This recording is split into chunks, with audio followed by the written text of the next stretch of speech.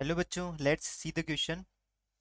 Two particles are launched from origin of the coordinate system at t equals to 0. Particle 1 of mass m1 equal to 5 gram is shot directly along the x-axis of a frictionless floor with the constant speed 10 meter per second.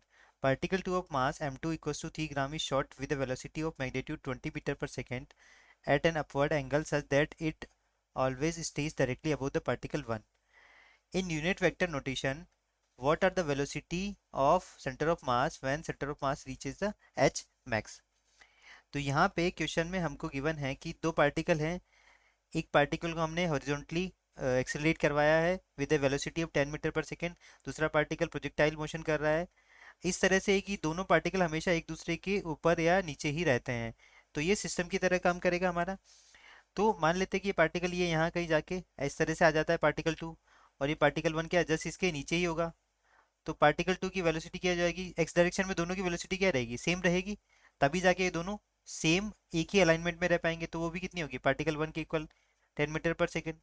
तो ये हो गया हमारा कितना, H max हो जाएगा यहाँ पर. अभी यहाँ पर सबसे पहले हम क्वेश्चन में देखेंगे हमारा कि की कॉन्सेप्ट क्या लगने वाला है. जो हमारा यहाँ से की कॉन्सेप्ट लगने वाला है वो लगने वाला है यहाँ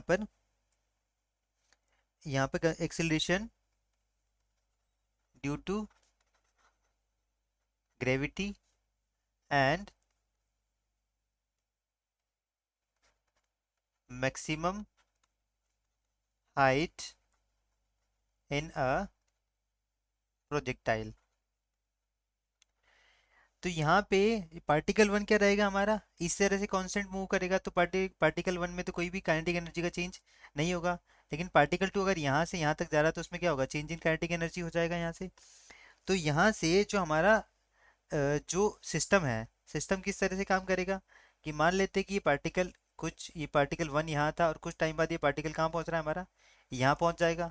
और ये पार्टिकल 2 जस्ट इसके नीचे है, और ये पार्टिकल 2 कहाँ पहुँच जाएगा हमारा, ये यहाँ पहुँच जाएगा.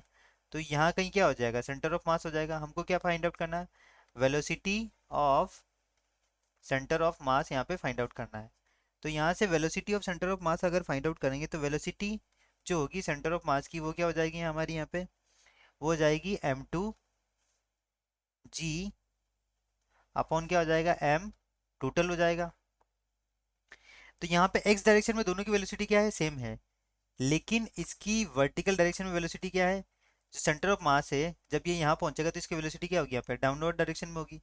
तो m2g, m2 कितना है हमारा यहाँ पे गिवन है, m2 3 ग्राम गिवन है, 3 ग्राम गिवन है. और m1 गिवन है हमारा ये g गिवन है हमारा 9.8 अपॉन m टोटल, टोटल कितना है 5 + 3 कितना हो गया, 8 ग्राम हो गया यहाँ से. तो वेलोसिटी जो होगी सेंटर ऑफ मास की वो कितनी हो जाएगी, यहाँ से हो जाएगी 3.68 मीटर पर सेकेंड हो जाएगी.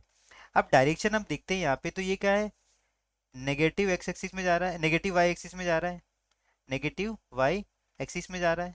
तो यहाँ पे जो वेक्टर अगर देखें हम वेक्टर नोटेशन में, वो हो जाएगा हमारा -3.68, ये जे केप हो गया. ये क्या आ गया हमारा, velocity of centre of mass हो गया. ये हमारा फाइनल आंसर है. I hope you understood it well. Best of luck.